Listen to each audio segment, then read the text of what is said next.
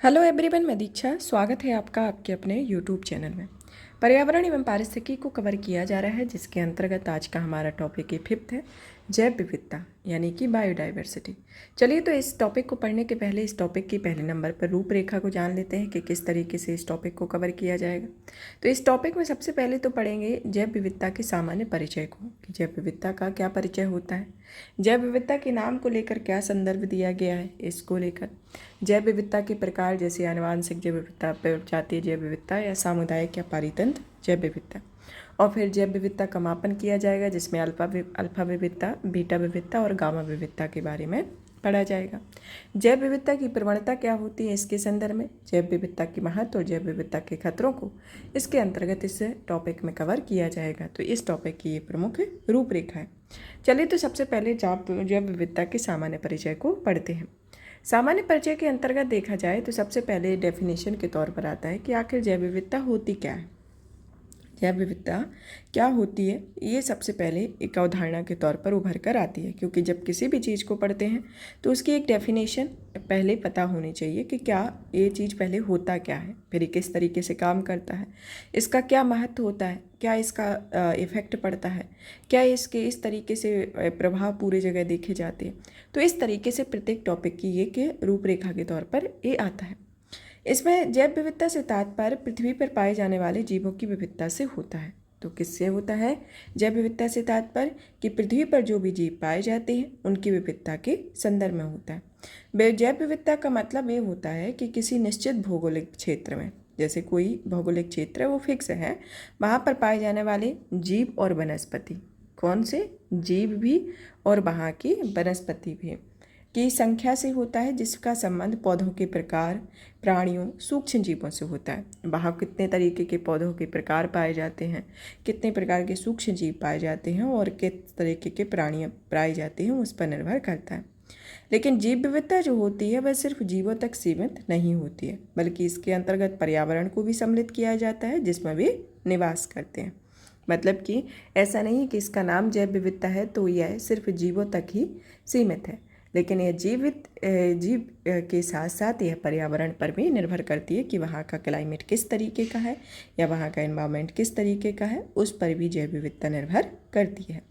जैव विविधता में देखा जाए तो जीवों के अंदर तथा उनके मध्य विविधताओं को देखा जाता है, कि जैसे कि जैव विविधता विभिन्न पारिस्थितिकी तंत्र में अन्य जीवों की तुलना में विविधता का आकलन भी करते हैं, कि यहाँ की जैव विविधता अलग होगी, मतलब कि एक जगह की जैव विविधता अलग है तो दूसरी जगह की जैव विविधता अलग होगी। जरूरी नहीं होगा कि सेम ही एक जगह की जैसी जैव विविधता है वैसी दूसरी जगह की होगी।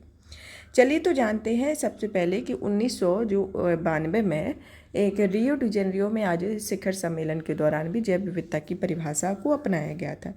इस जैव विविधता की परिभाषा के अंतर्गत कहा गया था कि समस्त स्रोतों, मतलब कि जैव विविधता के समस्त स्रोतों तथा अंतर क्षेत्रीय, स्थलीय, सागरीय, अन्य जलीय पारिस्थितिकी तंत्रों के जीवों के मध्य अंतर तथा साथ ही उन सभी पारिस्थितिकी समूह जिनके भाग होते हैं में पाई जाने वाली विविधता होती है, जिसमें एक प्रजाति के अंदर पाई जाने वाली विविधता, विभिन्न जातियों के मध्य की विविधता और पारिस्थितिकी विविधता इसमें शामिल होती है। तो इस तरीके की विविधताएं इसमें शामिल होती है। कौन कौन सी विविधता, कि एक प्रजातियों में पाई जाने वाली विविधता, विभिन्न जातियों के मध्य की विविधता और पारिस्थितिकी विविधता इसमें सम्मिलित होती है। तो इस तरीके से आता है।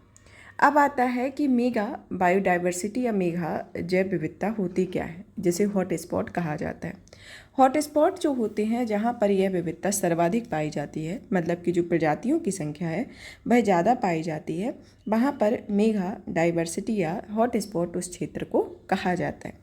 इस क्षेत्र में लगभग देखा जाए तो 60% उभयचर होते हैं, पक्षी, जानवर और पेड़ पौधे इन्हीं क्षेत्रों में पाए जाते हैं, और जहाँ ऐसा नहीं होता है तो केवल यह विश्व के कुछ क्षेत्रों में ही उच्च जैव विविधता पाई जाती है। तो ये विश्व के कुछ ही क्षेत्र होते हैं जहाँ पर यह विविधता या सर्वाधिक जैव विविधता देखने को मिलती है। चलिए, तो अब देखते हैं इसके अंतर्गत जैव विविधता के नामों को लेकर क्या संदर्भ उभरते हैं, कि इसके अंतर्गत नामों को लेकर कौन कौन से वैज्ञानिकों ने क्या कहा और इसके जो शब्द की अवधारणा है कब से उत्पत्ति हुई। तो प्रारंभ में जैव विविधता शब्द को बायोलॉजिकल डाइवर्सिटी के रूप में प्रथमतः रेमंड एंड दासमैन ने 1968 में अपनी पुस्तक आ डिफरेंट काइंड ऑफ कंट्री में दिया हुआ था। तो जो रेमंड एंड दासमैन थे उन्होंने सबसे पहले 1968 में, मतलब इसके शब्द की शुरुआत कब से हुई, 1968 से, जब उन्होंने अपनी पुस्तक में आ डिफरेंट काइंड ऑफ कंट्री नाम दिया हुआ था।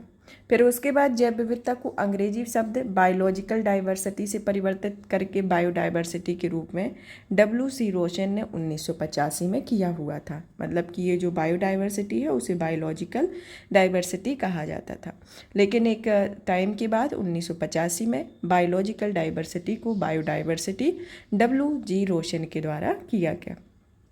यह जो अवधारणा थी, इस शब्द के प्रयोग के बाद से प्रथम बार प्रसिद्ध कीट विज्ञानी विल्सन के द्वारा 1986 में जैविक विविधता पर अमेरिका फोरम में प्रस्तुत किए गए प्रतिवेदन में किया, और उन्होंने राष्ट्रीय संसाधन परिषद को जैव विविधता की जगह जैव विविधता शब्द का सुझाव दिया।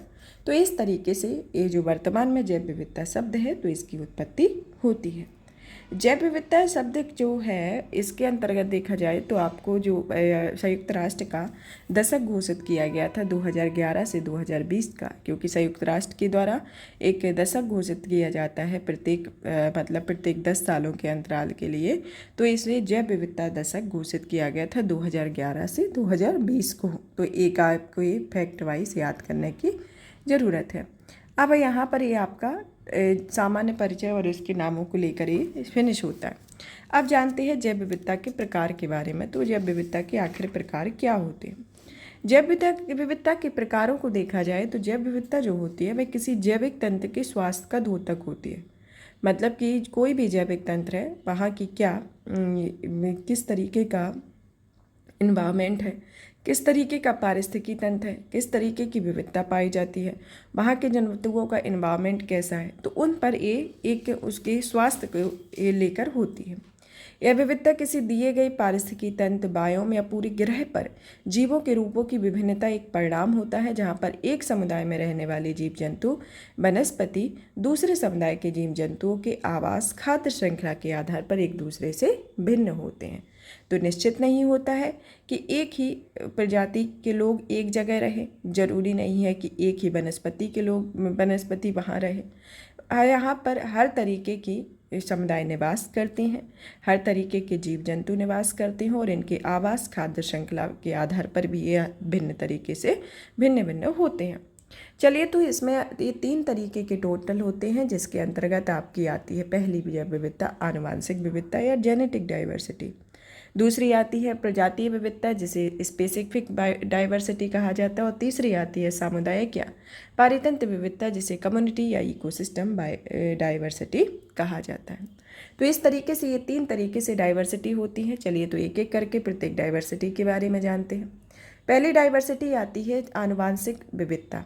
आनुवांशिक विविधता के संदर्भ में देखा जाए तो यह वो विविधता होती है जहाँ पर किसी समुदाय के एक ही प्रजाति के जीवों के जीन में होने वाले परिवर्तन से होता है। मतलब कि यहाँ पर किसी समुदाय के एक ही प्रजाति के जीवों के जीन में होने वाला परिवर्तन होता है। ये जीवों के जीन में होने वाला परिवर्तन मतलब उसके जेनेटिक अभिलक्षणों में जीन में होने वाले परिवर्तन से होता है। यहाँ पर पर्यावरण में वनस्पति जीव जंतुओं की विभिन्न प्रजातियों में परिवर्तन के साथ साथ अपने आप को अनुकूलित करने की प्रक्रिया में भी जीन में परिवर्तन होता है। अब आता है इसके अंतर्गत एक जीन पूल के बारे में, जो कि एक जाति से दूसरी किसी समष्टि में कुछ आनुवांशिक विविधता को भी संदर्भित करता है। जैसे कि पेड़ पौधे, जीव जंतु जो होते हैं, जीन की संख्या का अनुमान जीनोम विश्लेषण द्वारा किया जाता है। और यहाँ पर कुछ वनस्पतियों और जीवों के जीनोम का पूर्वानुक्रमण भी किया जाता है। जैसे कि माइकोप्लाज्मा जीनों की संख्या लगभग 450 से 700, ई कोलाई में 4000 एवं मानव में लगभग 35,000 से 45,000 जीन पाए जाते हैं। और आनुवांशिक विविधता बढ़ने के साथ ही जातियों में पर्यावरणीय दशाओं के सापेक्ष अनुकूलन परिवर्तन भी बढ़ जाता है। और यह अगर विविधता कम होती है तो जातियों के रूप में अत्यधिक समानता भी पाई जाती है। तो अगर ये विविधता कम देखी जाती है तो उसमें अत्यधिक समानता भी होती है, और अगर ये अधिक होती है तो उसमें विविधता भी कई तरीके से देखी जाती है। मतलब कि कई असमानता होती है कि किसी का खाद्य जो पदार्थ है वह अलग है, किसी का इन्वायरमेंट कोई और पसंद करता है। तो ये कुछ अलग अलग तरीके के जीव जंतु होते हैं, प्लांट होते हैं। तो उसके आधार पर वह जीन के अकॉर्डिंग कि आपका किस तरीके का जीन है, क्योंकि उसमें एक ही प्रजाति के जीनों में होने वाले परिवर्तन को संदर्भित किया जाता है। अब आता है आपका प्रजाति विविधता के बारे में। प्रजाति विविधता क्या होती है? प्रजाति विविधता किसी पारिस्थितिकी तंत्र में के जीव में के समुदाय में प्रजातियों की विविधता से होता है, जिसमें प्रजाति विविधता किसी समुदाय में प्रजातियों की विभिन्न किस्म को बताती है, जिसमें समुदाय में प्रजाति की संख्या क्षेत्र एवं स्थान के क्षेत्रफल के सापेक्ष बढ़ती है तथा प्रजातियों की संख्या बढ़ने के साथ प्रजाति विविधता भी बढ़ती है। तो इस तरीके से होता है। प्रजाति विविधता जो होती है वह समुदाय में प्रजाति की संख्या एवं स्थान के क्षेत्रफल में सापेक्ष प्रजातियों की संख्या बढ़ने की प्रजातीय विविधता को बढ़ता हुआ बताया जाता है, जिससे कि खाद्य श्रृंखला की जटिलता जैव विविधता के लिए अत्यंत ही आवश्यक होती है। तो इस तरीके की ये प्रजाति विविधता होती है। तीसरे नंबर की विविधता आती है सामुदायिक या पारितंत्र विविधता। यह जो विविधता होती है इसमें विभिन्न प्रकार के जो जीव समुदाय होते हैं वे विभिन्न प्रकार के आवासों में रहते हैं, इनके एक साथ रहते हैं और एक दूसरे को प्रभावित करते हैं, जिसमें विश्व के भिन्न भिन्न प्रकार के आवास पाए जाते हैं, जैसे घास के मैदान हुआ, पर्वतीय आवास क्षेत्र, झील, मरुस्थल क्षेत्र, उष्णकटिबंधीय वर्षावन आदि होते हैं। यहाँ पर बहुत सारी प्रजातियाँ एक साथ रहती हैं और क्रियाशील होती हैं, और प्रत्येक आवास की पर्यावरणीय दशाओं में अंतर होने के साथ ही जीव जंतु के समुदाय और उनकी प्रजातियों में भी अंतर पाया जाता है। प्रजातीय जैव विविधता सामुदायिक विविधता के अंतर्गत देखा जाए तो यह जीव जंतुओं और वनस्पतियों एवं दूसरे समुदाय या जीव जंतु या वनस्पतियों के बीच पाई जाने वाली विविधता होती है। मतलब कि ये एक दूसरे जीव जंतुओं के बीच पाए जाने वाली, मतलब कि एक तरीके के जीव जंतु अलग होंगे, दूसरे तरीके के जीव जंतु अलग होंगे। तो उन जो जीव जंतु में जो विविधता पाई जाती है तो वह सामुदायिक या पारितंत्र विविधता होती है। अब आता है कि सामुदायिक विविधता जो होती है वह आवास, निकेय और के प्रकार तथा पारिस्थितिकी प्रक्रियाओं में, जिसमें पोषण चक्र, खाद्य श्रृंखला तथा ऊर्जा प्रवाह के परिवर्तन के कारण यह प्रक्रिया होती है। तो इस तरीके से ये विविधता पाई जाती है। तो ये 3 तरीके की विविधताएं हुई। अब आता है कि जैव विविधता के मापन के बारे में, कि आखिर जैव विविधता का मापन किस तरीके से किया जाता है। जैव विविधता का मापन जो किया जाता है कि यह प्रजातियों की संख्या और उसकी समृद्धि की आकलन से किया जाता है, जिसमें जैव विविधता के मापन के अंतर्गत देखा जाए तो यह एक तरीके से प्रजातियों की संख्या और उनके बीच समता के आंकड़ों को संकलित करता है, जिसमें विशेष क्षेत्र में प्रचुरता का आकलन और प्रजातियों की समता का आकलन जैव विविधता के अनिवार्य अंग होते हैं। तो जैव विविधता का आकलन किस तरीके से किया जाता है कि प्रजातियों की विशेष प्रचुरता का आकलन होना चाहिए और प्रजातियों में समता का आकलन भी होता है, जिसमें कुछ उसकी प्रजातियों की कुल संख्या कितनी है उसके अंतर्गत इसको देखा जाता है। अब आता है अल्फा विविधता के बारे में। पहले नंबर पर इसमें क्योंकि 3 तरीके की विविधता होती है, अल्फा विविधता, बीटा विविधता और गामा विविधता। अल्फा विविधता जो होती है वह किसी एक निश्चित क्षेत्र के समुदाय या पारितंत्र की विविधता होती है, मतलब कि कोई एक निश्चित क्षेत्र होता है वहाँ की विविधता को अल्फा विविधता कहा जाता है। यह जो विविधता होती है वह किसी समुदाय या पारितंत्र में प्रजातियों की कुल संख्या को बताती है, और अल्पा विविधता का मापन द्वारा प्रजातियों की संख्या का आकलन करने के लिए उनकी संख्या में वृद्धि एवं समृद्धि का भी आकलन किया जाता है। तो इस तरीके से ये अल्पा विविधता होती है, जिसमें इसमें एक निश्चित क्षेत्र में रहने वाले समुदाय का एक पारितंत्र की विविधता होती है, जिसमें एक समुदाय या प्रजातियों की संख्या होती है और इसका मापन प्रजातियों की संख्या के आकलन और उनकी संख्या में वृद्धि एवं समृद्धि का भी आकलन किया जाता है। अब दूसरी तरीके की विविधता आती है बीटा विविधता। बीटा विविधता के संदर्भ में देखा जाए तो बीटा विविधता जैव विविधता का एक मापन है, जिसके अंतर्गत पर्यावरणीय प्रवणता के साथ परिवर्तन के बीच प्रजातियों की विविधता की तुलना की जाती है। तो इस तरीके की विविधता में प्रजातीय पर्यावरणीय प्रवणता या एनवायरमेंटल ग्रेडियंट के साथ परिवर्तन के बीच प्रजातियों की विविधता की तुलना करती है। इनके समुदाय के अंतर्गत आता है कि ये विशिष्ट प्रजातियों की तुलना की जाती है। इसमें देखा जाता है कि किसी समुदाय में प्रजातियों का कितना पलायन हुआ है और उसके साथ ही जलवायु परिवर्तन के साथ आवास और समुदाय की पर्यावरणीय दशाएं भी परिवर्तित की जाती हैं। तो इसके अंतर्गत होता है। आवास या समुदायों में परिवर्तन की भी कई प्रजातियों में परिवर्तन होते हैं और ये परिवर्तित प्रजातियां जो होती हैं वह अनुकूल परिस्थिति प्राप्त करने के लिए एक समुदाय से दूसरे समुदाय की ओर प्रतिस्थापित हो जाती हैं और यह आवासों और समुदायों की जो प्रवणता होती है उसमें एक जातियों की विस्थापन होने की दर को बीटा विविधता कहा जाता है। तो इस तरीके से ये बीटा विविधता होती है। तो कैसे कि यहाँ पर आवास या समुदाय में जो परिवर्तन होता है वहाँ कई प्रजातियों में परिवर्तित करती हैं।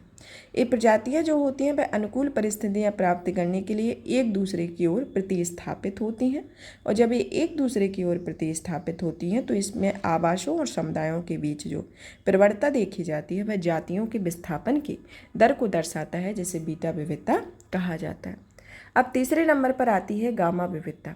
गामा विविधता के बारे में देखा जाए तो गामा विविधता एक भौगोलिक क्षेत्र या आवासों की प्रचुरता को बताती है, जिसके अंतर्गत आवासों की विषमता या भिन्नता का पता चलता है। इसके अंतर्गत आवासों की में अल्फा और बीटा विविधता अवयवों का एक गुणनफल के तौर पर आता है इसमें कि अल्फा विविधता और बीटा विविधता का एक गुणनफल होता है कि गामा विविधता को समुदायों के अवयवों और प्रजातियों की प्रचुरता के आधार पर एक तरीके से विभाजित किया गया है कि ये बीटा गामा विविधता =S1 + S2 - C होता है। अब S1 S2 क्या होता है? S1 S2 जो इसमें दिया गया है वह प्रथम समुदाय में प्रजातियों की कुल संख्या का आकलित संख्या होती है। S2 जो होती है वह द्वितीय समुदाय में प्रजातियों की कुल संख्या होती है और C के अंतर्गत आता है कि यह दोनों समुदाय में उभयनिष्ठ प्रजातियां इसके अंतर्गत आती हैं। तो इस तरीके की विविधता जो होती है वह गामा विविधता होती है, जहाँ पर आवासों एवं समुदायों की प्रजातियों की जो एक दूसरे में परिवर्तित होने की अनुकूल परिस्थितियों को प्राप्त करने के लिए प्रतिस्थापित होती हैं। तो इसमें कुछ उभयनिष्ठ प्रजातियां भी पाई जाती हैं, तो इस कारण से यह विविधता देखने को मिलती है। अब आता है हमारा इसके अंतर्गत तीसरा जैव विविधता की प्रवणता या ग्रेडियंट ऑफ बायोडाइवर्सिटी कि इसका जो प्रवणता का मापन किया जाता है। तो इसको एक तौर पर समझ लेते हैं कि ये आखिर किस तरीके से किया जाता है। यह जो मापन होता है वह अक्षांशों में प्रायः उच्च अक्षांश से लेकर निम्न अक्षांश की ओर तथा पर्वतीय क्षेत्रों से नीचे की ओर आने पर प्रजातियों की संख्या में अंतर को जैव विविधता की प्रवणता कहा जाता है। मतलब कि जब उच्च अक्षांश से निम्न अक्षांश की ओर होता है और जब पर्वतीय क्षेत्र से ऊपर से नीचे की ओर प्रजातियों की संख्या में जो अंतर होता है, मतलब कि ऊपर का जो पर्वतीय क्षेत्र है वहाँ अलग तरीके की प्रजातियाँ पाई जाएंगी, नीचे का जो पर्वतीय क्षेत्र है वहाँ अलग प्रजातियाँ पाई जाएंगी। उच्च अक्षांश जैसे जहाँ पर है वहाँ अलग प्रजातियाँ पाई जाती हैं और निम्न अक्षांश में जो प्रजातियाँ होती हैं वो अलग पाई जाती हैं। इनमें जो एक तरीके से इनकी संख्या में जो अंतर होता है उसे प्रजातीय प्रवणता या जैव विविधताई प्रवणता कहा जाता है। यह जो प्रवृत्ता होती है विश्व के विभिन्न क्षेत्रों के आवासों में अंतर को पाया जाता है। यहाँ कहीं पर प्रजातियों के लिए विकास की परिस्थितियाँ पर्याप्त होती हैं तो कहीं पर ये कठिन परिस्थितियाँ होती हैं और जहाँ पर प्रजातियों को जीवित रहने के लिए संघर्ष करना पड़ता है वहाँ पर उच्च अक्षांश से निम्न अक्षांश की ओर परिस्थितियाँ अनुकूल होने के कारण जैव विविधता में वृद्धि करती हैं। तो ये उच्च अक्षांश से निम्न अक्षांश मतलब कि ध्रुवों से आपका जो ध्रुव है वहाँ पर 90 डिग्री से आपका निम्न अक्षांश मतलब कि 0 डिग्री विषुवत रेखा तक ये आती हैं। तो इस तरीके से जो एक दूसरे में परिवर्तन होता है जो अनुकूल स्थिति होने के कारण होता है, तो इसमें जैव विविधता की वृद्धि भी देखने को मिलती है। या खास तौर पर देखा जाए तो जो टुंड्रा और टेंगा जलवायु क्षेत्र होती हैं वहाँ पर परिस्थितियों में एक प्रतिकूल परिवर्तन होता है और यह विश्व के सर्वाधिक ठंडे जलवायु प्रदेश होते हैं जहाँ पर वर्षभर तापमान निम्न बना रहता है। तो इस तरीके से यहाँ पर विविधता में डिफरेंसेस होता है। अब आता है जैव विविधता के इम्पोर्टेंस के बारे में कि जैव विविधता का महत्व क्या है। जैव विविधता के महत्व के संदर्भ में देखा जाए तो जैव विविधता जो है वह पृथ्वी पर पाए जाने वाले सभी जीव जंतुओं में उनके आवास और गुणों के आधार पर अत्यधिक भिन्नता होती है जो मनुष्य के लिए अपना अस्तित्व बनाए रखने के लिए अत्यधिक सहायक भी होती है, जिसमें जैव विविधता का मनुष्य के प्रत्यक्ष और अप्रत्यक्ष रूप से लाभ प्राप्त हो जाता है। जैसे कि मनुष्य को जीव जंतुओं वनस्पतियों से भोजन, आवास के लिए जरूरी संसाधन, कपड़े, औषधियाँ, रबर, इमारती लकड़ी आदि की प्राप्ति के साथ ही वह वैज्ञानिक अनुसंधान और नवाचार के लिए भी संसाधनों की प्राप्ति होती है और जैव विविधता जो है वह पृथ्वी का एक आधार होता है जहाँ पर समृद्ध पारितंत्र को स्वतंत्र एवं संतुलित बनाए रखने में सहायक होता है। इसके अंतर्गत इसके प्रमुख इंपोर्टेंस हैं, जिसमें पहला आता है उत्पादक स्रोत का होना। उत्पादक स्रोत में जैसे कि जैव विविधता में अत्यधिक उत्पादों की प्राप्ति होती है, जिससे प्रत्यक्ष और अप्रत्यक्ष लाभ अर्जित किया जाता है, और जो कि मनुष्य को मृदा की उत्पादन क्षमता बढ़ाने के लिए जैविक खाद, फसलों के बीजों के संकरण द्वारा विभिन्न नई उन्नत प्रजातियों की प्राप्ति भी जैव विविधता से होती है, जिसमें कुछ कई पादप भी होते हैं जो कि भोजन का निर्माण करते हैं। तो इस तरीके की ये विविधता उत्पादक स्रोत के तौर पर महत्वपूर्ण होती है। फिर दूसरे नंबर पर आती है औषधियाँ। औषधियाँ जो होती हैं वह विश्व में उन पादपों की प्रचुरता एवं जिनमें चिकित्सा संबंधी गुण पाए जाती है। जैसे कि देखा जाए कि विश्व के अनेक क्षेत्र कौन से, जैसे कि भारत में ही औषधियों और जड़ी बूटियों की अनेक प्रजातियां पाई जाती हैं, जिनमें अनेक रोगों का उपचार भी सदियों से होता रहा है। और कई पादपों से प्राप्त पदार्थों से जैसे कि दर्द निवारक, मलेरिया के उपचार से संबंधित, कैंसर आदि जैसे जटिल बीमारियों के उपचार की दवाएँ भी बनाई जाती हैं। और दर्द निवारक दवाओं जैसे मॉर्फिन, कैंसर के लिए टैक्सुल दवा का निर्माण भी इन्हीं पादपों एवं इनके कई एंटीबायोटिक दवाएं सूक्ष्म जीवों के प्रयोग से भी बनाई जाती हैं। तो इस तरीके से इनका इम्पोर्टेंस है। अब आता है नेक्स्ट सौंदर्य परक महत्व, मतलब कि एस्थेटिक इम्पोर्टेंस के बारे में देखा जाए तो इसमें आता है कि प्रकृति से मनुष्य को फल एवं फूल की प्राप्ति हमेशा से होती रही है तथा मनुष्य आज भी पारिस्थितिकी पर्यटन को बढ़ावा देने के लिए पालतू जानवरों, पक्षियों संरक्षण, चिड़ियाघरों के माध्यम से पौधों एवं वृक्षों के संरक्षण और उनके प्राकृतिक सौंदर्य को वनस्पति उद्यान द्वारा संरक्षित करता है। जो आपके वनस्पति उद्यान बनाए जाते हैं वह इन विभिन्न प्रजातियों को संरक्षित करता है, जिससे पर्यटन के तौर पर रखा जाता है, जैसे उनको अर्निंग भी एक तरीके से होती है और यह प्रकृति के सौंदर्य को भी बनाए रखता है। जैसे कि मनुष्य का सदियों से ही पशुपालन, पक्षियों से पालन का रिश्ता रहा है, जैसे कि पशु पक्षी पेड़ पौधे उसके जीवन को हमेशा से प्रभावित करते हैं। तो इस तरीके से देखा जाए एक एग्जाम्पल के तौर पर कि जैसे प्राचीन काल से ही मनुष्य जो होता है वह तुलसी और पीपल के वृक्षों को सांस्कृतिक महत्व देता है और मानव का अस्तित्व हमेशा से जैव विविधता की इन प्रजातियों से जुड़ा हुआ है। तो इस तरीके से यह सौंदर्यपरक महत्व भी है। फिर आता है सामाजिक एवं पारितंत्र महत्व, जो कि जैव विविधता में ह्रास प्रत्यक्ष रूप से सामाजिक जीवन को प्रभावित करता है और जैव विविधता के पारितंत्र को स्वतंत्र एवं स्थिर बनाए रखता है। और जैव विविधता के ह्रास के कारण ही यह आज ग्लोबल वार्मिंग व अम्लीय वर्षा जैसी समस्याएं भी उत्पन्न हो रही हैं। तो इस तरीके की इसमें समस्याएं भी पैदा होती हैं। फिर नेक्स्ट आता है कृषि की जैव विविधता के महत्व के बारे में कि कृषि की जैव विविधता के महत्व को देखा जाए तो इसमें जैव विविधता कृषि के आनुवंशिक पदार्थ का स्रोत होती है, जो कृषि के भविष्य के लिए अत्यधिक महत्वपूर्ण होती है। और कृषि जैव विविधता कृषि पारिस्थितिकी तंत्र को मजबूती प्रदान कर उनकी उत्पादन क्षमता को बढ़ाकर सभी प्रजातियों का पोषण करती है। तो इस तरीके की ये विविधता पाई जाती है। अब आता है कि जैव विविधता को खतरा किन किन चीज़ों से होता है। जैव विविधता के खतरा किस तरीके से होता है, जैसे कि जैव विविधता जो होती है वह जलवायु परिवर्तन बढ़ने, प्रदूषण बढ़ने, मानव द्वारा प्राकृतिक संसाधनों के अंधाधुंध दोहन होने और विभिन्न प्रजातियों की इस तरीके की प्रक्रिया से विभिन्न प्रजातियों के आवासों का नुकसान होता है, मतलब कि आवास नष्ट हो रहे हैं, जिसके कारण बहुत सारी जो प्रजातियां हैं वह विलुप्त भी हो रही है और वह विलुप्त होने की कगार पर भी होती हैं। यह वायु और जल प्रदूषण से भी कई तरीके की बीमारियां होती है जो कि जैव विविधता के लिए प्रभावित करती है। इसमें जैसे कि आवासों की विनाश के आधार पर देखा जाए तो आवासों में जैसे कि प्राकृतिक संसाधनों के अंधाधुंध दोहन होने की प्रक्रिया, जैसे कि मनुष्य ने जंगल, आर्द्रभूमि क्षेत्र, घास के मैदान आदि पर नकारात्मक रूप से प्रभावित किया है और जिससे प्रजातियों के आवास नष्ट हो रहे हैं। कई प्रजातियां संकटग्रस्त भी हो रही हैं। औद्योगिक विकास, सड़क निर्माण, भवन निर्माण, कृषि के लिए खाद्य मैदान की जुताई, कृषि क्षेत्र को बढ़ाने की प्रक्रिया में जंगलों की कटाई और वनाग्नि जैसे आवासीय क्षेत्र से ये नष्ट होते हैं। तो इस तरीके से आवासीय क्षेत्र नष्ट हो रहे हैं, जिससे दिनों दिन जीव जंतुओं एवं वनस्पतियों की प्रजातियां जो हैं वह विलुप्त हो रही हैं। अब आता है दूसरा, विदेशी प्रजातियों का प्रवेश।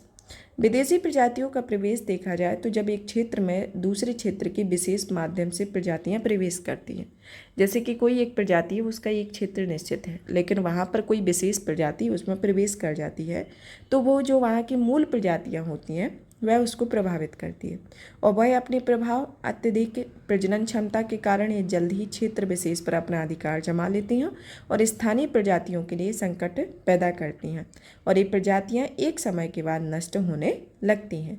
तो इस तरीके से ये प्रजातियों में विदेशी प्रजातियों का प्रवेश है। इसका एक एग्जाम्पल के तौर पर देखा जाए तो इसका जो एग्जाम्पल है वह एक तरीके से भारत में 1966-67 में, कब भारत में 1966-67 के समय में एक गेहूं की एक घास आई हुई थी जिसे कांग्रेस घास या अमेरिकी खरपतवार के नाम से जाना जाता था। यह जो खरपतवार था इसने स्थानीय घास और वृक्ष की प्रजातियों को प्रतिस्थापित कर दिया और जिसके स्थानीय पारिस्थितिकी संकट उत्पन्न हो गया और पौधों पर आश्रित रहने वाले कीटों और फसलों को यह अत्यधिक प्रभावित करने लगी। तो इस तरीके की ये प्रजातियां जब पारिस्थितिकी तंत्र में प्रवेश कर लेती हैं, मतलब कि जो जिसका क्षेत्र होता है, मूल स्थान होता है, उस प्रजाति को प्रतिस्थापित करके दूसरी प्रजातियां अपना डेरा वहाँ पर डाल लेती हैं। फिर आता है प्रदूषण के बारे में। प्रदूषण के संदर्भ में देखा जाए तो प्रदूषण जो है वह मानव द्वारा उत्पन्न बाधाओं एवं प्रकृति जनित बाधाओं के मध्य तीव्रता दर एवं क्षेत्र विस्तार संबंधी अत्यधिक भिन्नता इसमें पाई जाती है और मानव द्वारा वनों को नष्ट करने से प्रजातियां दूसरे आवास में प्रवास करके ही अपने अस्तित्व को बचा लेती है और यह प्रदूषण के कारण वायु और जल दोनों को ही प्रदूषित होने के कारण एक बड़ा क्षेत्र प्रभावित होता है और ये प्रजातियां जो होती हैं वह पूरे आवास क्षेत्र एवं समष्टि को भी प्रभावित करती है।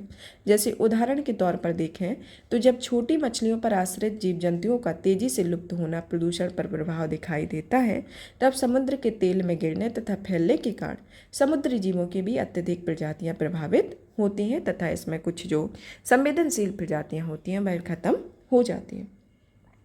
जनसंख्या वृद्धि एवं गरीबी के संदर्भ में, जनसंख्या वृद्धि एवं गरीबी के संदर्भ में देखा जाए तो आज विश्व की जो जनसंख्या है वह 8 अरब के आसपास है। यहाँ पर जो प्रतिवर्ष जो लोग होते हैं वह 8 से 9 करोड़ लोग शामिल होते हैं और जनसंख्या के बढ़ने के साथ ही प्राकृतिक संसाधनों पर अधिक दबाव भी देखने को मिलता है और विश्व में अभी भी लगभग 1/3 जनसंख्या गरीबी रेखा के नीचे जीवन यापन करती है और यह प्राकृतिक संसाधनों पर निर्भर है और मानव द्वारा अपनी आवश्यकताओं की पूर्ति के लिए अन्य प्रजातियों के क्षेत्रों में अतिक्रमण की जो घटना होती है वह देखने को मिलती है जिससे जैव विविधता भी नष्ट होती है। मतलब कि जनसंख्या वृद्धि से एवं गरीबी से इस तरीके की समस्या देखने को मिलती है। प्राकृतिकरण जो एक तरीके से आता है वह होता है कि यह तीव्र प्राकृतिक आपदाओं की तीव्र वृद्धि के कारण जैव विविधता के अस्तित्व पर संकट मंडराता है। जैसे बाढ़, भूकंप, ज्वालामुखी, भूस्खलन, वनाग्नि और बीमारियों के कारण जीवों एवं वनस्पतियों की कई प्रजातियां जो होती हैं विलुप्ति की कगार पर हैं। और प्राकृतिक आपदाएं प्राकृतिक आपदाओं के विखंडन में भूमिका निभाती हैं और यह क्षेत्र की विशेष प्रजातियां संकट में आती हैं और यह प्रभाव जैव विविधता के उत्पादन की दर को पर भी पड़ता है। अब इसके अन्य मुख्य कारण कौन कौन से? अन्य मुख्य कारण के अंतर्गत इसमें आता है कि पहला कि ये जानवरों की अवैध शिकार और उनकी तस्करी के कारण जैव विविधता को प्रभावित करते हैं। स्थलीय जल भूमि को जल से भरने और उस पानी को निकालने की प्रक्रिया में अनेक प्रजातियां विस्थापित होती हैं।